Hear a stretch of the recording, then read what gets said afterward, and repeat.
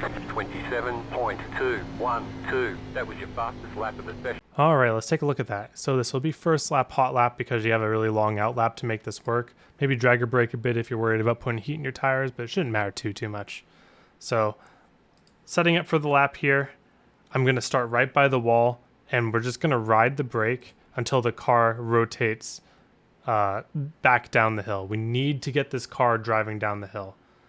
So I get to half throttle once it starts to move down, and then as I come to exit, I would need to make a sharp turn without losing my rear tires. So I can't disengage my rear tires, but I have to make this sharp turn towards the inside wall here.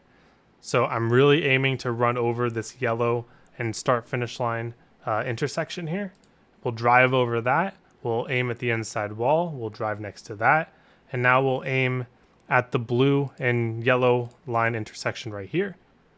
If we go past that, we won't be able to set up for the corner. So we drive over that, get back up to the wall, and then immediately when you get back to the wall, you're on the brake. This sign right here is the one that I want to be on the brake by. So trail braking, 20% about, just holding on to that and steering into the corner until I should have kept. I have a little coasting moment here where I should have stayed on like 10% brake. I must have missed that, but you want to wait until the car rotates and then you pick up partial throttle. This is pretty low for partial throttle because I didn't have quite the rotation that I was looking for. Usually I'm about 50%. And then I'm waiting. I'm gradually raising it, but I'm waiting until this white and yellow intersection right here to go full throttle. Once I hit that, I know that I can go full throttle, and it's essentially a straight shot. Okay, let's take a look at that one more time, no pausing. So by the wall here, on the brake, get down to the yellow line, trail brake all the way through, don't coast like I did for that moment. Pick up the partial throttle, should be about 50% if you brake the right amount, and then you gradually raise it, and then full throttle by the white and yellow. All right, now we'll go to 3 and 4. 3 and 4 is unlike trucks 3 and 4, because in trucks 3 and 4, you really want to be aggressive, but this car is just a little bit too on edge to be that aggressive, so I'm going to brake really early.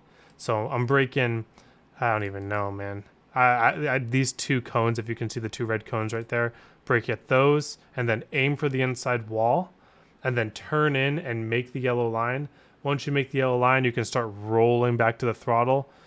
If you watched my truck guide, I said get to 100% as quick as you can in the truck.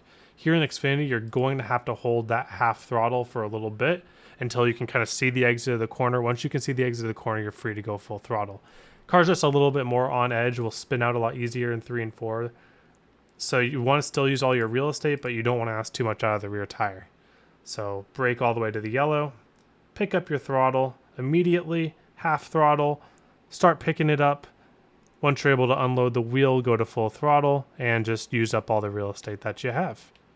All right, pretty simple, but a very interesting hot lap. So now let's go take a look at long run.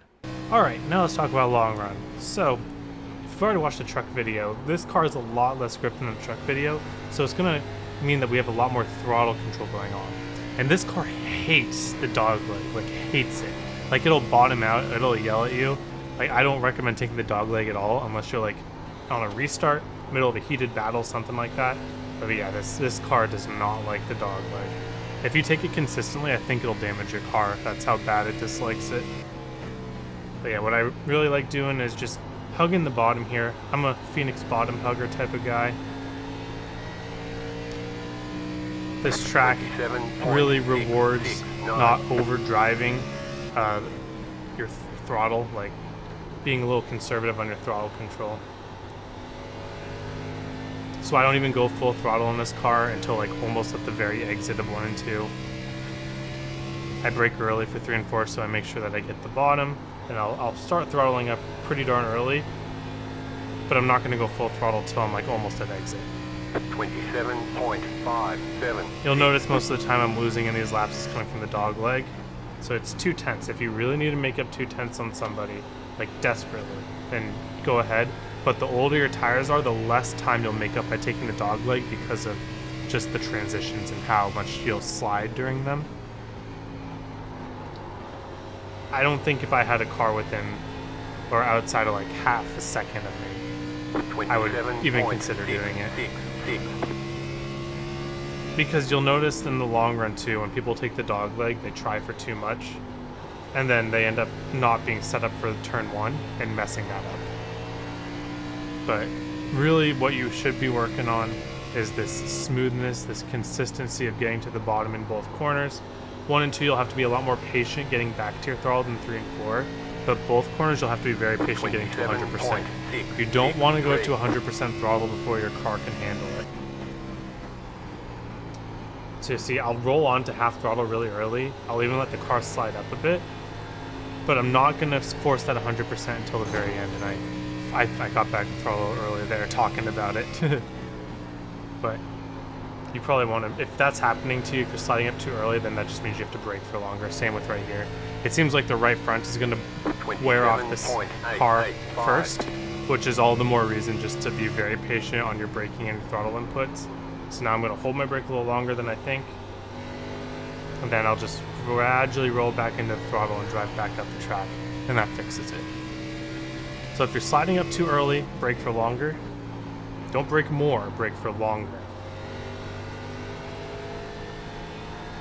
And you keep kind of doing that until the car stabilizes. It should be pretty even on the right front and right rear as well. I suggest after one more, or I guess after one more lap here, I'm going to have a little bit more right front wear than right rear wear. The right rear feels really planted in the track currently. It was very out of the track on cold tires, like for the hot lap, but once we get heat in the tires, it very much wants to go to the right front. So we'll go check that out. A lot more fall off too than in the truck. 941. So that's just all the more reason to just hug the bottom and not try to make other lines work if you don't need to. Yeah, 97, 98. So that right front is going to wear more than the right rear. So just make sure to be very patient on the bottom. If you're sliding up the track, brake for longer, be smoother back to 100%. Those are kind of the main things to do. All right, thank you all for watching. Hope you have a wonderful day, and I hope to see you all on the track.